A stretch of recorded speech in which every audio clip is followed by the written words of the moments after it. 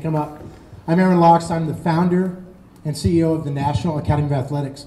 We are the largest and fastest growing youth sports organization in Northern California. We partner with cities to provide camps and clinics and training where there are not those opportunities based on the fact that the cities have lost funding. Big story starts way back when we were kids and we used to get to go down the street and play ball with our friends. We hung out weekends all summer long. Well, guess what happened? It's not safe to do that anymore. I've got a 12-year-old son and a 9-year-old daughter. I can't let them go play anymore. Well, back in the late 70s and early 80s, the Parks and Recreation departments did a phenomenal job of creating amazing programs.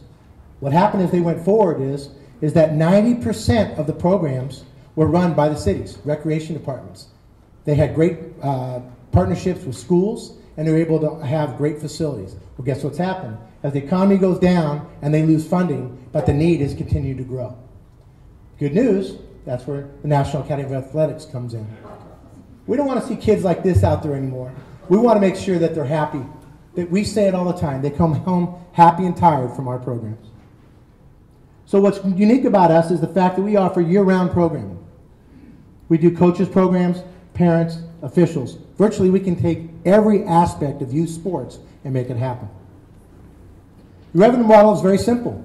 The cities have great facilities and can't run programs. So what they do is they say, here's the keys to the gym. We'll bring our community to you, and you run it. For that, they get 30%. We get 70% to operate and run the programs. Here's an example of a sample city. So as an example, we run 11 programs, which is camps, after-school programs, or events for them. Just with 24 kids in a program, it's 264 kids total throughout the year. At an average tuition of $145, which is about $7 or $8 an hour. If you're a parent, you know you pay more for childcare than what you get from us. That's a $38,000 gross. The city keeps $11,000. Now think about this. As a city manager, you get $11,000. You have no outlay of anything. The facility's already there. Here's your shot. We keep about 70%. And the bottom line is, at this point, with just 24 kids, we net about 29%. That goes up huge as we go forward based on 24, 48, 50 kids because the fixed is covered. As you see, we started in 2012 with just 6 cities in Northern California. We had so much response, we went up to 31 cities in 2013, and to be honest, we capped it at 46, and we said, whoa, whoa, this is about all we can truly manage right now, based on our current capital and our abilities. The interest has been incredible. There's 41 million kids that play organized sports every year. My son plays baseball, basketball, football. My daughter plays soccer, basketball, and softball. Yes, I got to keep up with those guys, right? Well, it's beautiful. There's that many kids out there playing sports that are even starting 6, 7 years old all the way to their teens. It's a $5 billion industry. Here's the interesting thing. I was talking to someone earlier. That's probably where we got your vote. Was that I'll be wearing my basketball shoes for 9 months. My son gets brand new Nikes every season. Why? Because we parents will spend the money on our kids to give them a little more than we will for ourselves. Right now, families spend 7.8% of their income on childcare. Well, every summer, you have a choice. You can send your child to go sit in a room and have daycare or come to our camps, be healthy and active, learning life skills through participation in our programs. Current market right now is 46 cities. There's about 75 potential in Northern California that have 50,000 or more, which is kind of our target audience. We've made sure that we're looking to have regional expansion in 2015 and then national expansion in 2016. We've had calls. You're out of time. Okay. We can leave that up. Questions? Paul? Sure.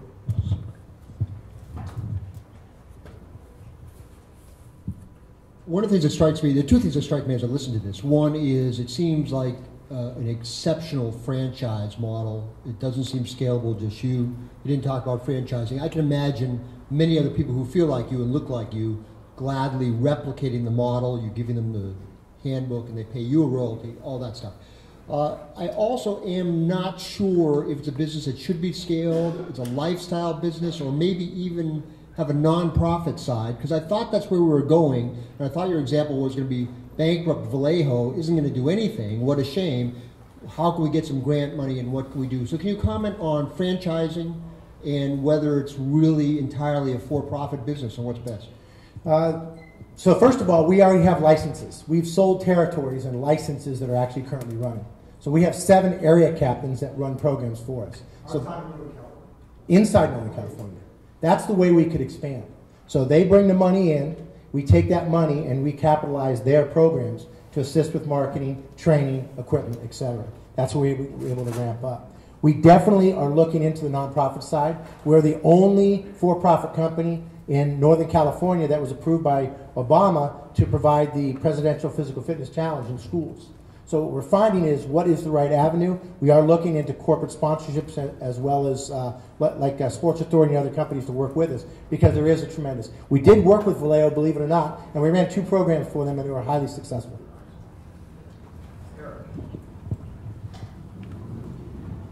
Can you, yeah, I do. Can you go back to your slide that had the example with the 11? Yeah, there you go. All right, so, yeah, I mean, it sounds like what you're doing is, you know, you're running sports camps with this, you know, the one unique feature here is that you're using city facilities and you're doing a rev share with them. I mean, that's really this, right? So just to understand, again, value proposition. So, you know, $11,000 in revenue for the city is always nice. It's not no outlay. There's manpower to deal with, you know, contracts, and there's logistics, and there's facility wear and tear, and I wonder about insurance. And I guess what I really want to know is it enough, you know, in a sample city with 11 programs, is that enough to move the needle to motivate city bureaucracy to deal with you? Because, you know, they're short-staffed and they've got, you know, budget problems, and even if they can make some money, what's the net for them? And you know, how do you really grow this? You know, to Paul's point, scalability. This almost seems like it's got an inverse scalability to it, where the bigger you get, the more cost you're going to have to take on in order to manage the franchising or the licensing. So, just how do you turn this into a real money-making opportunity? Fair enough. I feel like I'm stabbing myself in my leg because I should have showed you what the numbers look like with 48 kids in the program because the numbers go through the roof. Here's the deal. It is 0 because they have joint use agreements with schools. They don't pay for those schools. They paid years and years ago for those schools in those cities. So these facilities are empty. They're used throughout the school year, and then during the summer, after school, Martin Luther King Day, weekends, they're empty. The school manages and has to take care of that property no matter what. So literally, it's empty warehouse space. That's how we take advantage of that, first of all. Second of all, is that the cities have been downsized so much, you're right. It's not a huge amount of money. But think about this. If I'm a city manager and I'm handling recreation, and I can say, wait a second, I've got one-stop shopping and they can offer 11 different programs, baseball and basketball and softball and flag football, all these things. How great is that for my community? Okay? So there's the instant value. And then the back end is the fact that they get money. If they were to run that program themselves, because they'd be paying $17, $18 an hour, PERS, and all the other factors, we have it insured. We do everything. It is one stop across the board. Okay, we're out of time for questions. Hand the mic to Alan, please, Aaron. And we'll go Alan, Mitchell, Eric, and Paul with feedback, please. I'll make it close to my question. I'd like to see if you can figure out who your natural acquirer would be. That would be a very important consideration for me. Yeah, I guess I'd say as a parent, although my kids are older than this now, and maybe as a taxpayer, I like what you're doing. As an investor, it doesn't interest me because it's a business for everything. It's a hard to scale business, and it's a low margin business. There's so many people involved. Every time you open up another city, another program, another camp, you've got to hire more people and do all that. So it's by definition a relatively low margin business. And it strikes me, I'll reiterate what Paul said, which is it strikes me that it really fits the nonprofit model better.